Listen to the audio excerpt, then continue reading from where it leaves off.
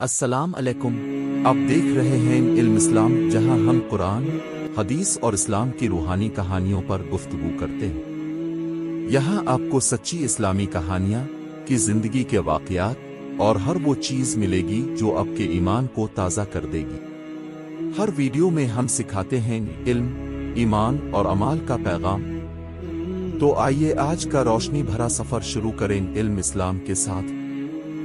یہ صرف ایک تاریخ نہیں ہے، یہ روحانی تکمیل ہے۔ حضرت آدم سے شروع ہو کر حضرت نوح کا طوفان، ابراہیم کا آگ میں اٹھنا، موسیٰ کا دریا میں راستہ، عیسیٰ کا آسمان پر اٹھانا، اور پھر محمد کا آخری پیغام۔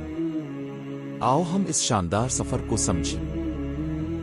آج ہم ایک بہت ہی اہم موضوع پر بات کر رہے ہیں، ایک تحریر کی روشنی میں جس کا عنوان ہے رحمت للعالمین، نبوی زندگی کا درس۔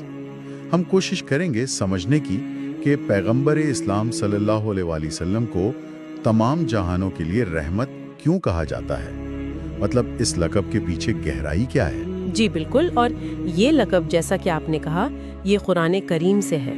سورۃ الانبیاء آیت 107، وما ارسلناک الا رحمۃ للعالمین۔ اور اہم بات یہ ہے کہ یہ صرف آپ کہہ لیں مسلمانوں کے لیے نہیں، صحیح، بلکہ تمام عالمین یعنی پوری انسانیت، بلکہ پوری کائنات کے لیے رحمت قرار دیا گیا ہے۔ اچھا، تو یہ رحمت یہ عملی طور پر کیسی نظر آتی تھی؟ تحریر میں کئی مثالیں ہیں، مجھے خاص طور پر طائف والا واقعہ بڑا متاثر کن لگا۔ جب شدید مخالفت ہوئی، پتھر برسائے گئے۔ ہاں، وہ واقعہ، اور اس شدید ذاتی تکلیف کے باوجود جب آپ کہہ لیں ایک طرح سے بدلے یا سزا کا آپشن بھی سامنے آیا تو آپ صلی اللہ علیہ وآلہ وسلم نے اسے رد کر دیا۔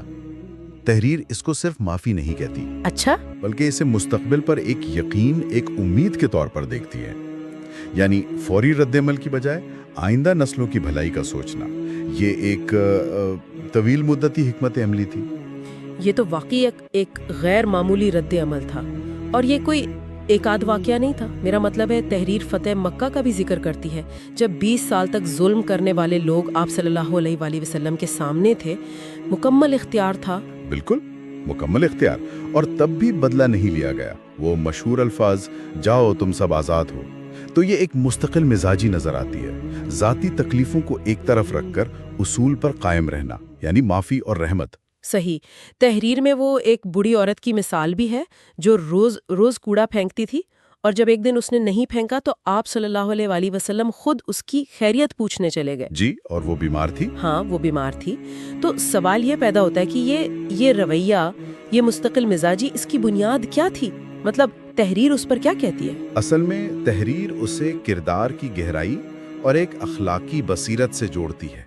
مطلب یہ کہ رد عمل غصے یا ذاتی جذبات پر مبنی نہیں تھا، بلکہ ایک طے شدہ اصول، ایک مشن پر مبنی تھا۔ اور دیکھیں، یہ صرف ذاتی معافی کی بات نہیں۔ اچھا، تحریر واضح کرتی ہے کہ یہی رحمت کا اصول پھر معاشرتی انصاف تک کیسے پھیلا، خاص طور پر جو کمزور طبقے تھے اس وقت کے معاشرے میں۔ جیسے یتیموں کے حقوق کا معاملہ۔ تحریر میں وہ حدیث بھی نقل کی گئی ہے کہ میں اور یتیم کی کفالت کرنے والا جنت میں اس طرح، آپ صلی اللہ علیہ وسلم نے اپنی 2 انگلیوں کو ملا کے اشارہ کیا، ساتھ ہوں گے۔ یہ تو اس معاشرے میں بہت بڑی بات تھی۔ یقیناً، اور اسی طرح خواتین کا مقام، ایک ایسے دور میں جہاں آپ جانتے ہیں عورتوں کے حقوق نہ ہونے کے برابر تھے، وہاں یہ کہنا کہ تم میں سے بہترین وہ ہے جو اپنی بیوی کے ساتھ بہترین ہے، اس نے ماں، بہن، بیوی، بیٹی، ہر حیثیت کو ایک عزت دی، ایک تحفظ دیا۔ یہ سب اصول تو بہت واضح اور اہم ہیں، لیکن تحریر میں ایک تشویش کا بھی اظہار ہے کہ کیا آج ان اصولوں کی روح، کیا ہم اس پر عمل کر رہے ہیں، یا کہیں ایسا تو نہیں کہ توجہ صرف ظاہری چیزوں، رسومات پر زیادہ ہو گئی ہے، اور یہ جو اصل پیغام ہے رحمت کا، انصاف کا، حسن سلوک کا، یہ کہیں پیچھے رہ گیا ہو؟ بالکل، اور یہی وہ نقطہ ہے جہاں تحریر ہمیں اصل میں سوچنے پہ مجبور کرتی ہے۔